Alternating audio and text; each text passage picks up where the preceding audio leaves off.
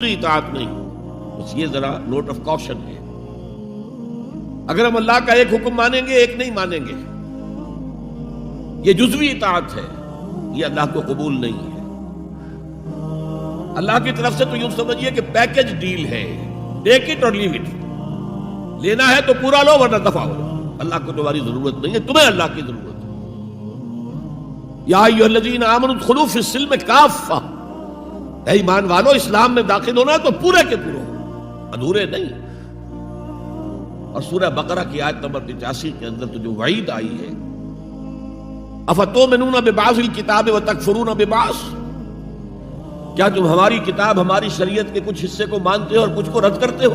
تو جو کوئی بھی تم میں سے یہ روش اختیار کریں گے ان کی کوئی سزا اس کے سوا نہیں ہے، کان کھول کر سنیے، ان کی کوئی سزا اس کے سوا نہیں ہے کہ دنیا میں ذلیل و خوار کر دیے جائیں اور قیامت کے دن یردون الی اشد العذاب، شدید ترین عذاب میں جھونک دیے جائیں۔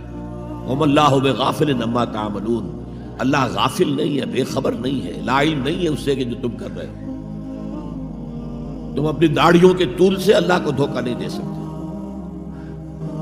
تم اپنے پاجاموں کو ٹخنوں سے اوپر رکھے اللہ کو دھوکہ نہیں دے سکتے کہ تم بہت متبع رسول ہو، تم اپنے عمروں اور حجوں سے اللہ کو دھوکہ نہیں دے سکتے۔ اللہ کو معلوم ہے کہ حرام کی کمائی سے حج کیا ہے تم نے، حرام کی کمائی سے عمرہ کیا ہے، تو یہ جو جزوی اطاعت ہے کوئی اطاعت نہیں، اللہ کو قبول نہیں۔ آدمی سوچتا ہے کہ چلیے میں نے یہ کام اچھے کیے، یہ برے کیے، مجھے اچھے کاموں کا کچھ کریڈٹ بھی تو ملنا چاہیے نا، لیکن نہیں، اللہ کہتا ہے جزوی اطاعت منہ پر دے ماری جائے، اور جو دنیا کی سزا ہے وہ تو ہم اپنی آنکھوں سے دیکھ رہے ہیں۔ 130 140 یا 150 کروڑ مسلمان دنیا میں ہیں، ذرا اندازہ کیجیے، لیکن ہماری رائے کی کوئی اہمیت ہے؟ بین الاقوامی معاملات میں کوئی ہم سے مشورہ لیتا ہے کہ آپ کا کیا خیال ہے؟ کس نمی پرست کے بھیا کیستی،